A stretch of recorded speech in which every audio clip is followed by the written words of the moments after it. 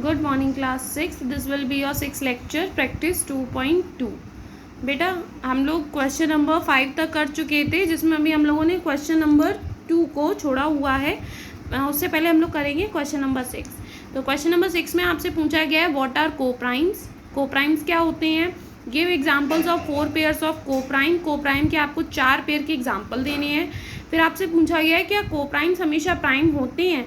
अगर नहीं होते हैं तो फिर उसको आपको एक एग्जाम्पल से एक्सप्लेन करना है. ठीक है, तो चलिए करते हैं हम लोग.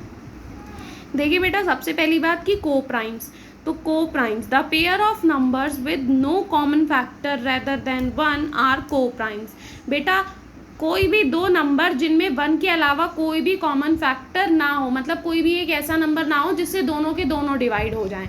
ठीक है, 1 के अलावा कोई भी कॉमन फैक्टर ना हो. मतलब कॉमन फैक्टर वो होता है जिससे दोनों नंबर डिवाइड, जैसे कि अगर हम 4 और 6 लें तो 4 को 2 से भी 4 भी 2 से डिवाइड हो जाएगा और 6 भी, तो दोनों का कॉमन फैक्टर क्या हो गया 2.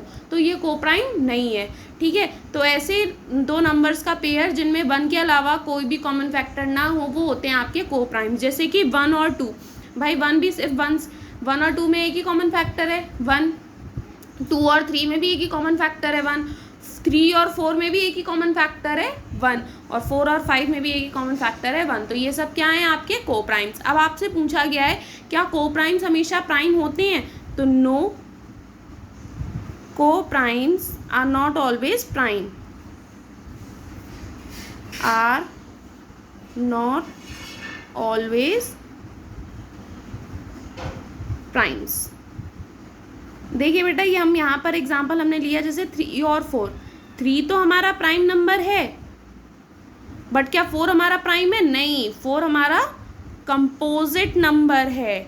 तो मतलब एक प्राइम और एक कंपोजिट मिलकर भी कोप्राइम बनाते हैं. अब वहीं पर अगर हम 2 और 3 की बात करें तो भाई 2 और 3 दोनों ही हमारे प्राइम होते हैं.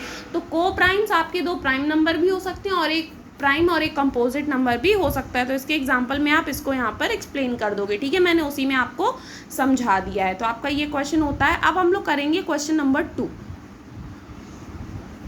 देखिए बेटा, क्वेश्चन नंबर 2 में आपको ट्रू और फॉल्स बताना है. फर्स्ट है the sum of 2 prime number is always a prime number.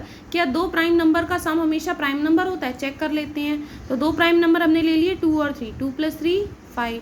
3 और 5 ले लिया. 3 + 5 8. तो देखो 3 प्राइम है, 5 भी प्राइम है, लेकिन क्या 8 प्राइम है? नहीं. तो 2 प्राइम नंबर का सम हमेशा प्राइम नंबर नहीं होता है. तो ये आपका फॉल्स है. फिर है if a number is prime it must be odd. क्या अगर कोई नंबर प्राइम है तो उसे ऑड होना चाहिए? नहीं. 2 आपका एक प्राइम नंबर है बट वो एक इवन प्राइम नंबर है. तो ये भी आपका फॉल्स हुआ. 2 is the smallest prime number. क्या सबसे छोटा प्राइम नंबर 2 है? सही बात है, क्योंकि अगर 1 लें तो 1 ना ही तो हमारा प्राइम होता है ना ही तो हमारा कंपोजिट होता है. तो 2 is the smallest prime number. True.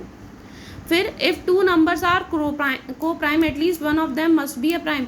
क्या 2 नंबर अगर को प्राइम्स हैं तो उन दोनों में से एक का प्राइम होना ज़रूरी है? हाँ ज़रूरी है, क्योंकि अगर आप 9 और ऐसा ज़रूरी नहीं है. अगर आप 9 और 8 को ले लो तो 9 आपका कंपोजिट है, 8 भी आपका कंपोजिट है, लेकिन ये दोनों आपस में को प्राइम है क्योंकि 9 के फैक्टर क्या हैं? 1 3 और 9. और 8 के फैक्टर्स क्या हैं? 1 2 4 8. यानी 1 के अलावा कोई भी कॉमन फैक्टर नहीं है. तो ये भी आपका फॉल्स है स्टेटमेंट. ठीक है, इसी तरीके से आप 8 और 15 को ले लो, है ना. समझ में आ गई बात. तो ये आपका लेक्चर यहीं पर फिनिश होता है. आगे के क्वेश्चंस हम लोग नेक्स्ट लेक्चर में करेंगे. Okay, thank you class.